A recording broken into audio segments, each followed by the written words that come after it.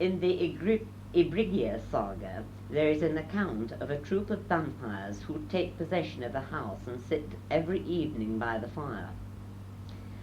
An action of ejectment is brought, witnesses are examined, and the verdict given against the dead, who severally depart when judgment of Ulster is pronounced against them. A practice wholly similar prevailed in Germany. The vampire was quelled either by driving a stake through the corpse or by burning it to ashes, but it was necessary to apply to the magistrate for a decree authorizing such operations, which he pronounced after hearing witness. In our late barbarous laws of suicide, we trace the same ideas, and a perusal of the vampire stories will leave no doubt that the practice of driving a stake through a corpse and burying it in the highway, a practice which rests wholly upon tradition, inasmuch as there is no ancient written legal authority to support it, has been adopted solely for the purpose of preventing the body from rising again. It is a mere superstitious observance, quite unsupported by any proper voucher. Natural magic, as another branch of occult science was termed, found patrons amongst those who shunned pursuits apparently more unreal, but not in fact more fanciful and unfounded. The roots of the herb, the bird and the beast, the fruit and the flower, were supposed to be endued with powers and virtues never verified by experiment, but never disproved or marked as falsehoods. Gather the herb, which the Latins call salvia, but which in the Chaldee tongue bears the name calericum, and bury it in a vessel of glass.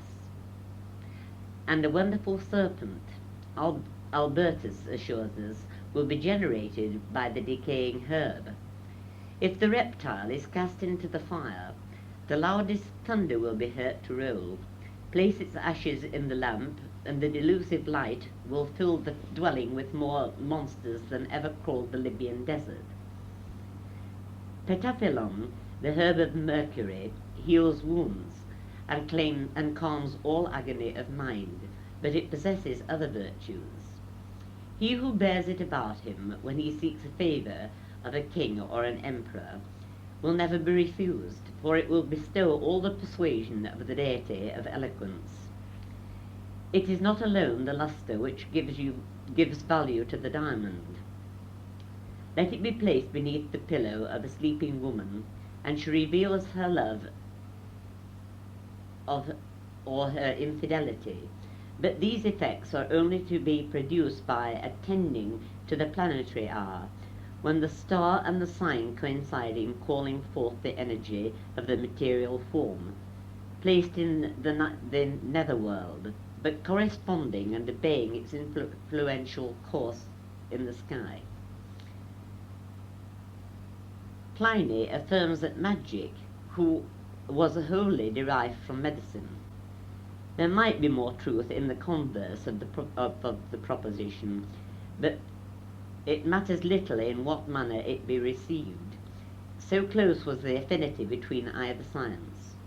In the ancient world, as yet amongst uncivilized nations, the physician acted as the magician. Thus they prospered. They had a cheap, perhaps a salutary materia medica.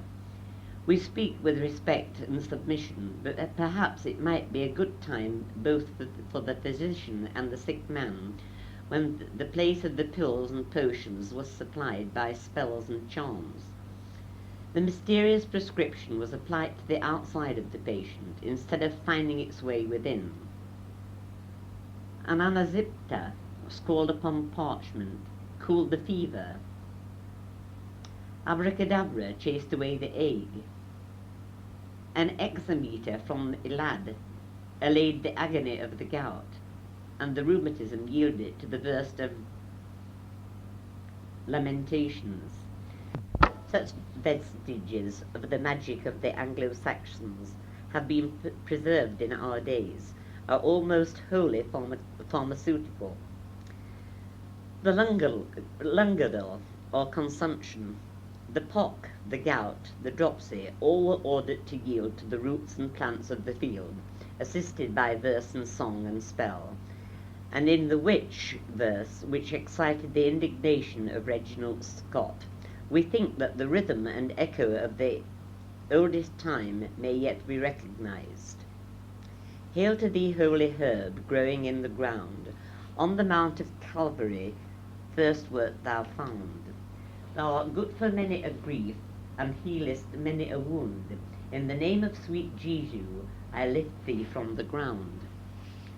Medicaments of this class will possess peculiar aptitude when administered to complaints attributed to the direct intervention of evil demons.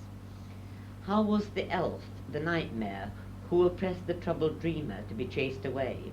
Holy verses, the gospel, and the psalm were to be written on the sacred patina. Water was to be brought by the purest hands from the running stream, but in deadlike silence. Thyme and valerian and dodder and fennel were to be infused, and with the decoction the words were to be washed off from the hallowed dish, hallowed wine being added thereto. The mixture was to be borne to church.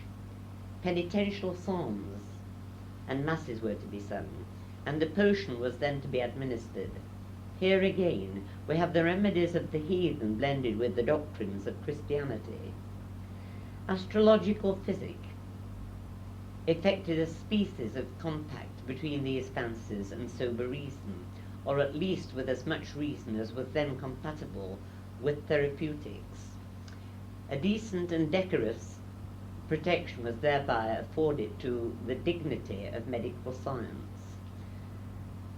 The draught failed to relieve the sufferer, and he was quieted by the great soother of all evils. The patient died, but the doctor lost no credit. He looked wise and proved that, had the leaf been pulled upwards according to his command in the quartile of the reigning planet, the malady would have been quelled, whereas the careless apothecary plucked it downwards and in sextile. Neither he nor anybody else understood much of what he meant, so that it answered nearly as well as talking about idiosyncrasy and contagion.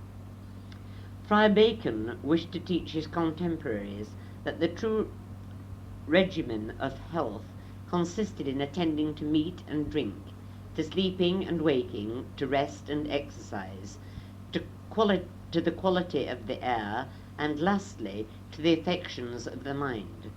But the multitude who wished to be healed, no less than those who wished to heal, despised those vulgar and intelligible precepts. A physician of the Baconian school would seldom have touched a fee. In one shape or another, the physician still has continued to pour drugs of which he knows little into a body of which he knows less. Wilhelm, the apothecary, filled his boxes and his jars with the specifics of Basora and Alcahira. These are forgotten. 100 pistols striking in 100 mortars in terrific and deadly concert no longer astound the bystanders whilst the theriac is preparing. Vipers are not ceased to restore the health of the fading beauty. The bezoar has lost its reputation, and magistrates of pearls and rubies have become worthless and despised. Medicine, from its very nature, must always bear something of an empirical character. It will only acquire certainty in proportion as it rejects opinion, and until its professors shall have learnt to trust only to that which has been tried, then alone will they have ceased in effect to employ the equivalents of the magical formulae of Cyrenius and Aetius. Yet much of the old law must always remain. The physician must still minister to the mind under pretence of prescribing for the body, and clothe in the shape must be most persuasive to the fancy. the medicine supposed to be adapted to the disease. Having on various occasions during the last 10 years addressed our readers upon themes more or less connected with the superstitions of the Middle Ages, it is now time to cease. We shall therefore conclude the subject by stating some of the causes which give the value to these hallucinations. Their history is not to be read as a series of idle or amusing tales of wonder, nor should we neglect them as a mockery of the human mind. If we shrink from these contemplations with contempt, we lose the useful lesson of experience. The failings of the human understanding are inseparably commingled with the truths which we have gained. Superstition appears in its rudest guise when created by the fears, the hopes, and the opinions of the childhood of the human race. However visionary or unfounded, these are rendered intelligible even by their imbecility. Obscure and innate perception of immortality may glance across the mind of the savage, yet in his philosophy he is wholly bounded by the material world. An undefinable horror leads him to fear that the departed may revenge their wrongs upon the living. By self-inflicted pain and suffering, he endeavours to avert the anger of the unseen malignant being whose enmity he dreads, or he wishes to obtain the protection of this evil intelligence by casting upon another the mischiefs destined for himself.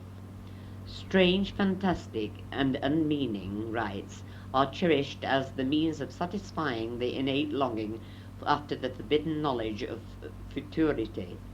But these superstitions result from uninstructed weakness. They are not matured into a system, nor united to sound knowledge. We shall not seek, as some have done, for the seat of primeval learning of mankind. I guess the wisdom inscribed on the columns favourite to have escaped the overwhelming deluge will avail us naught. Neither can we trace the first impulse given to the human intellect, yet we know that the faint though steady light which beams from Caucasus has been denied to Atlas and the Andes.